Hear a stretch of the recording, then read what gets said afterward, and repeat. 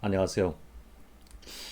이번 영상에서는 깨달음의 체험이라는 것에 대해서 한번 이야기해 보고자 합니다.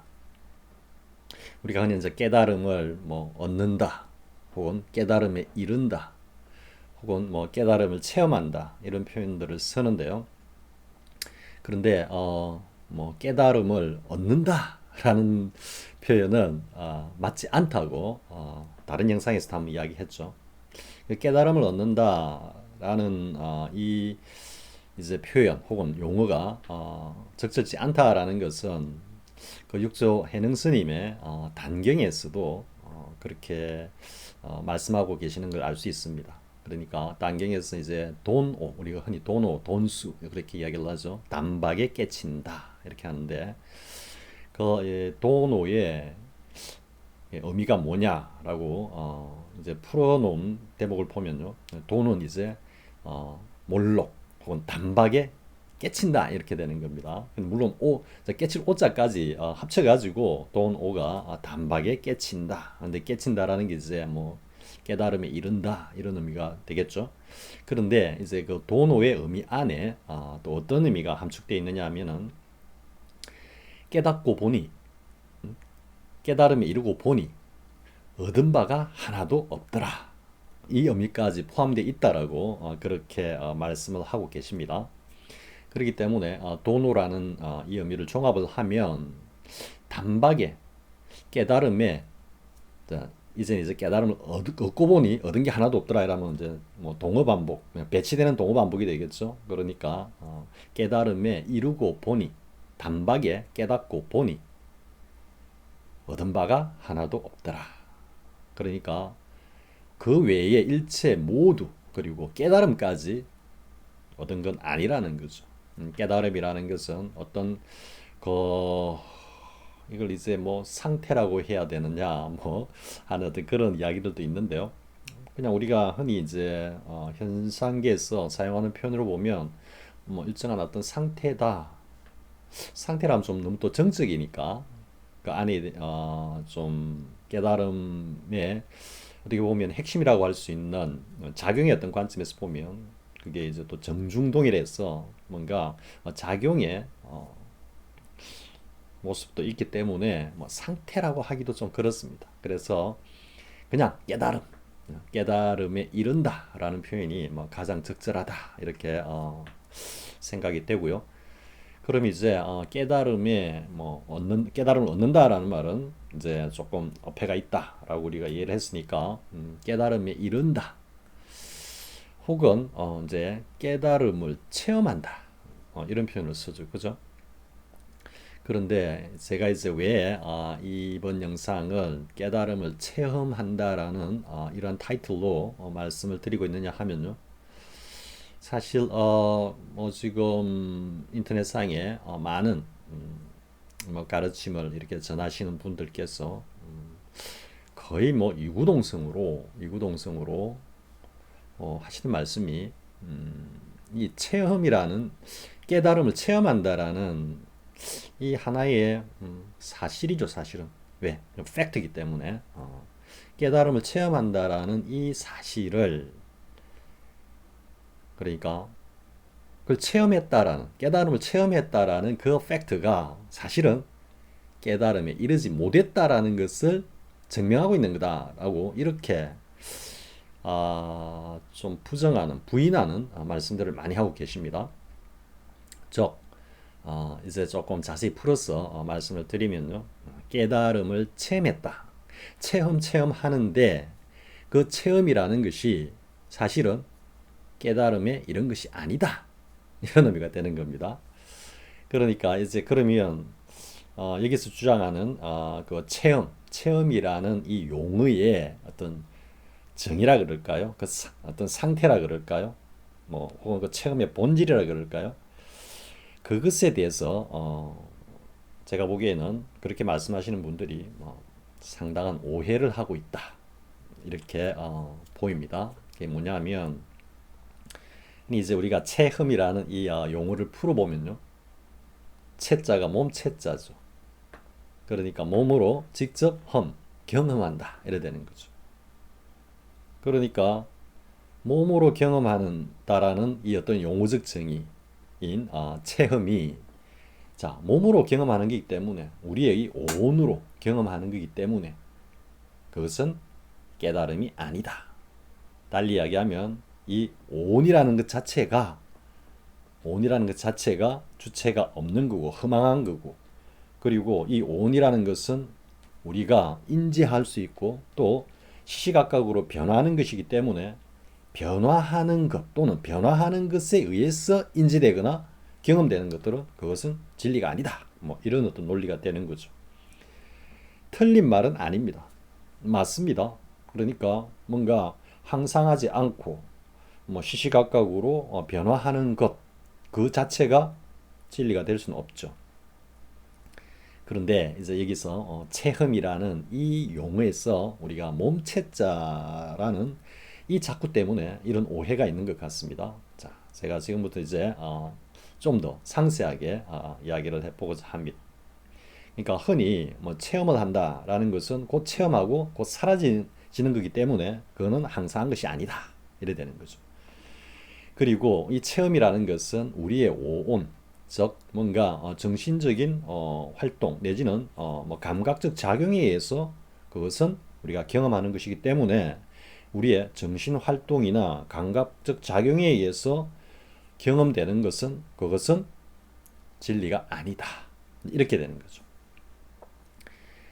물론 맞습니다. 우리의 어떤 다시 한번 강조하지만 우리의 오온, 뭐 쉽게 말해서 우리의 어떤 몸으로 정신자격이나 감각기관을 통해 가지고 경험하는 것은 그것은 진리가 아닙니다. 맞습니다. 그러면 도대체 무슨 이야기를 하고 있는 거냐라고 하시겠지만은요. 그 체험한다라고 했을 때 체험의 주체가 누구냐라는 데 대해서 경험적 차이가 있다라는 거죠.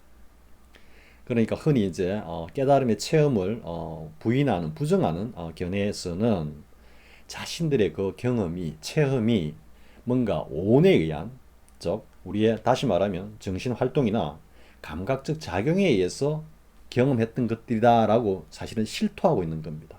그렇기 때문에 당연히 그분들의 말씀도 당연히 맞습니다. 그렇게 경험한 것은 그것은 깨달음이 아니고 그 진리의 자리가 아니다. 맞습니다.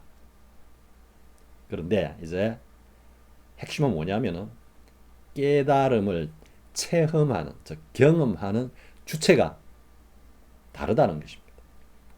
즉 온, 다시 또 이야기하면 우리의 정신작용이나 정신활동이나 감각적 작용에 의해서 경험하는 것이 아니라는 것입니다.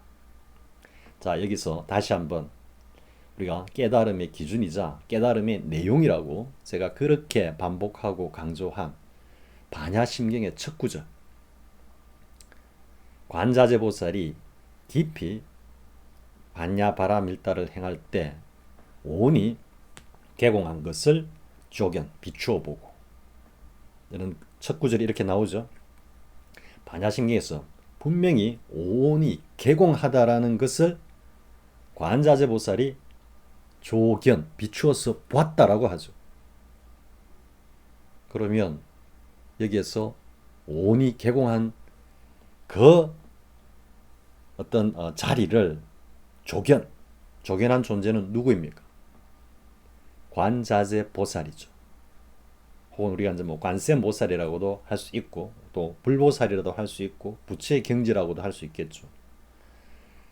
오온이 개공하다라는 것을 비추어 본, 즉 그것을 딱 목격한 그 존재는 오온 스스로가 개공하다라는 것을 적여낸 게 아니죠.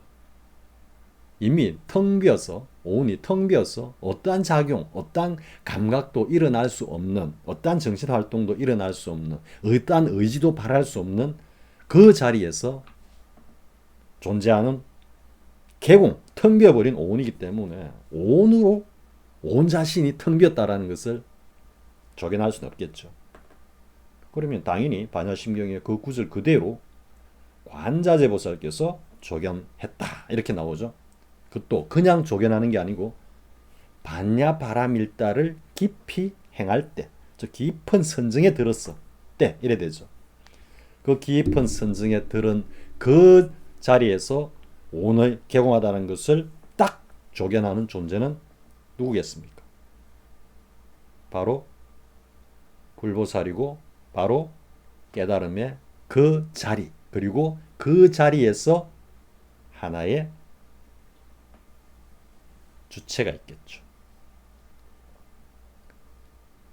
그러니까 다시 이제 이야기하면 일반적으로 체험에서 느꼈던 그것은 진리가 아니고 그것은 올바른 깨달음이 아니다라고 하는 세간의 많은 분들의 말씀이 맞습니다.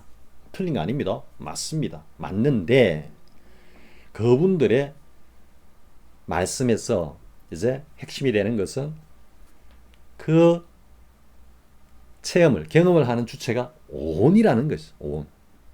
아니 반야심리에서 오온은 텅 비어서 아무런 작용도 없는 그 반야바라 밀다의 그 자리에서 일어나는 하나의 깨달음의 현상일 수도 있고 깨달음의 작용일 수도 있고 깨달음의 자리일 수도 있죠. 즉 정리하면 깨달음을 체험하는 그 주체, 존재는 오온이 아니라 바로 우리의 자성이고 불성인 것입니다. 그렇기 때문에 깨달음을 체험한다라는 이 의미는 팩트이자 진리인 것입니다. 다만 그 깨달음을 체험하는, 경험하는 주체가 누구인가에 따른 차이일 뿐이죠. 그러면 우리가 감각적으로 정신활동으로 즉 오온으로 체험을 하는 것은 그것이 진리가 아니다라고 말씀하신 분들은 자신들의 그 어떤 공부 과정에서 오온으로 감각적으로 정신활동을 통해서 무언가를 느꼈던 거죠. 체험을 했던, 경험을 했던 거죠. 당연히 아니죠. 깨달음의 자리가 당연히 아닌 것이죠. 그런데 오온이 완전 개공한, 텅 비어버리고 그리고 더 나아가서 법계까지도 완전히 공한, 다른 영상에서 제가 누누이 이야기했지만 그 승묘경계에서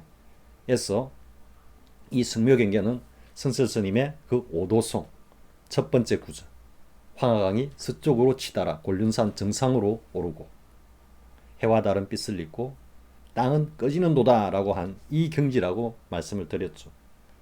그러니까 달리 표현하면 아공법공 모든 일체가 다 텅 비어버린 공해버린 그 자리에서 한 걸음 더 나아가서 아려하식이 쏘고되면서 뭔가 자성의 그 자리를 또렷하게 스스로 딱 체험하는 것, 이것을 깨달음의 체험이라고 하는 것입니다.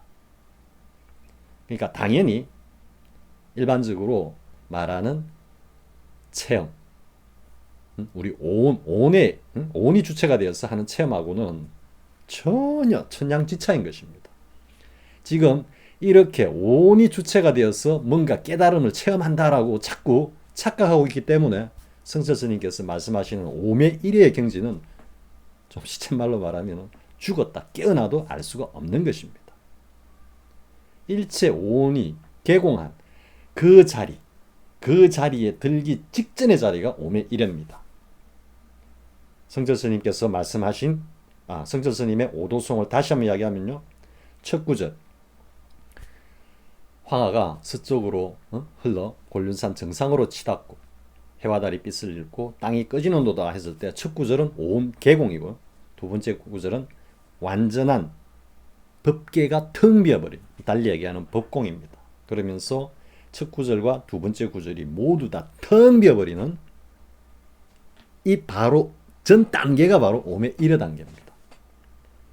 그러니까 오매일여 그 단계조차도 우리의 오온 혹은 의식 혹은 아름아리로서는 절대 접근할 수 없는 경지이기 때문에 오매일여를 직접 체험해보지 않은 분상에서는 그것을 아무리 모든 경전과 모든 조사의 의록과 모든 논술을 다 가져와서 제 아무리 완벽한 논리로 재단을 한데도 그것은 모래로 밥을 짓는 거나 마찬가지입니다.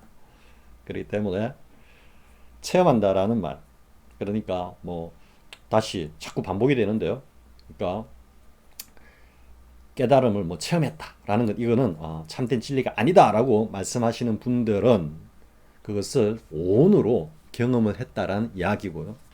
거기서 조사 스님네들이나 그리고 정말로 그 깨달음의 경지에 이르렀던 분들께서 혹은 조사 어록에서 깨달음을 체험한다라고 했을 때는 반야신경에서 말하는 그 온 계공과 법계가 텅 비어버린 그 자리에서 관자재보살의 그 눈으로 반야바라밀다라는 선정에서 딱 든 자리에서 체험하는 것이 바로 참다운 진짜 깨달음의 체험이라는 것입니다. 제가 뭐 다른 영상에서도 잠깐 이와 같은 이야기를 한 적은 있는데요. 아무튼 다시 한번 강조하지만 반야심경에 그 관자재보살 행심반야바라밀다 시 조견 오온계공 하는 이 내용이 체험이 돼야 되는 겁니다. 물론 당연히 우리의 온 감각으로 체험하는 것이 아닙니다. 여기서 제가 한번 딱 구업을 짓자면요, 그것을 체험하기 전에 이 온 자체가 텅 비어버린 그 자리를 지나가야 되는 겁니다. 그리고 거기서 다시 법계가 완전히 사라지고 없는 그 자리를 지나가야 되는 것입니다. 여기까지만 하겠습니다. 여기까지가 성철 스님의 오도송 1구 2구라고 제가 자주 말씀을 드렸죠. 자, 다시 한번 정리하겠습니다. 깨달음은 체험을 하는 거다. 그거는 팩트다. 그거는 진리다. 그런데 깨달음을 체험하는 주체가 누구냐? 온이 아니다. 온이 아니고 모든 일체가 텅 비어버린 그 자리에서 또렷이 자각하고 있는 하나의 주체, 자성 스스로를, 그리고 일체가 공함을 또렷이 조견 내지는 경험하는 것이다. 이렇게 말씀드리고 이번 영상 여기서 마치겠습니다.